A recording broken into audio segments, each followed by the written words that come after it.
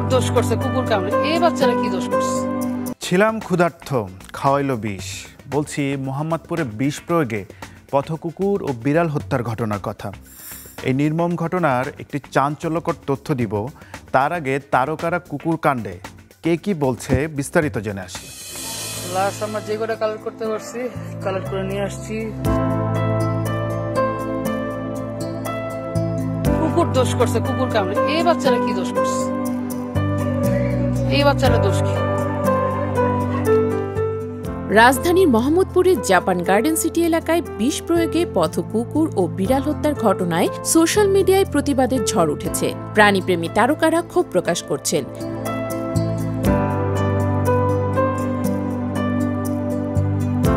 শনিবার people for animal welfare ফাউন্ডেশনের পক্ষে নওশাবা আহমেদ আদাবর থানায় জিডি করেছেন। মিডিয়া কর্মীদের ভেতর প্রথম জান্নাতুল সুমাইয়া হিমি একটি স্ট্যাটাস দিয়ে কুকুর কাণ্ডে ভয়েস রাইজ করেন। তিনি লেখেন, আর্জেন্ট, মোহাম্মদপুর জাপান গার্ডেনের আশেপাশে কেউ থাকেন? অভিনেত্রী জয়া আহসান তার ফেসবুক পেজে একটি মৃত কুকুরের করুণ ছবি পোস্ট করে লিখেছেন, বিষ খাওয়াতে হলে বন্ধুরূপেই আসতে হয়, মানুষই পারে এই রূপ ধারণ করতে। আমি ক্ষুধার্ত তবু বন্ধু। এ ছবির নিচে কমেন্ট করে দীপা খন্দকার লিখেছেন, এত খারাপ কি করে হয় মানুষ? এদিকে অভিনেত্রী জ্যোতিকা জ্যোতি এই ঘটনাকে অমানবিক বলে উল্লেখ করেছেন। মানুষ এতটা অমানুষ কিভাবে হয়? জাপান গার্ডেন সিটির বাসিন্দারা বিষ প্রয়োগ করে 6টি কুকুর ও একটি বিড়াল হত্যা করেছে। তারা আগে থেকেই এটি করার চেষ্টা করেছিল, এবার সফল হয়েছে।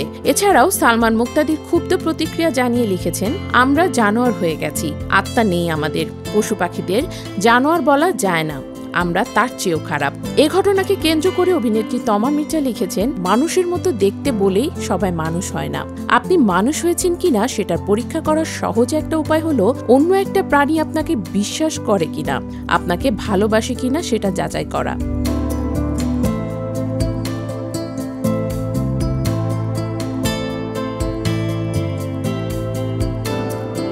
এলাকাবাসী জানায়, কিছুদিন ধরে জাপান গার্ডেন সিটিতে বেয়ারিশ কুকুরের সংখ্যা বেড়ে গেছে। এ নিয়ে স্থানীয়দের মধ্যে ক্ষোভ তৈরি হয়েছিল। অভিযোগ, কিছু শিশু কুকুরের কামড়ে আক্রান্ত হয়েছে।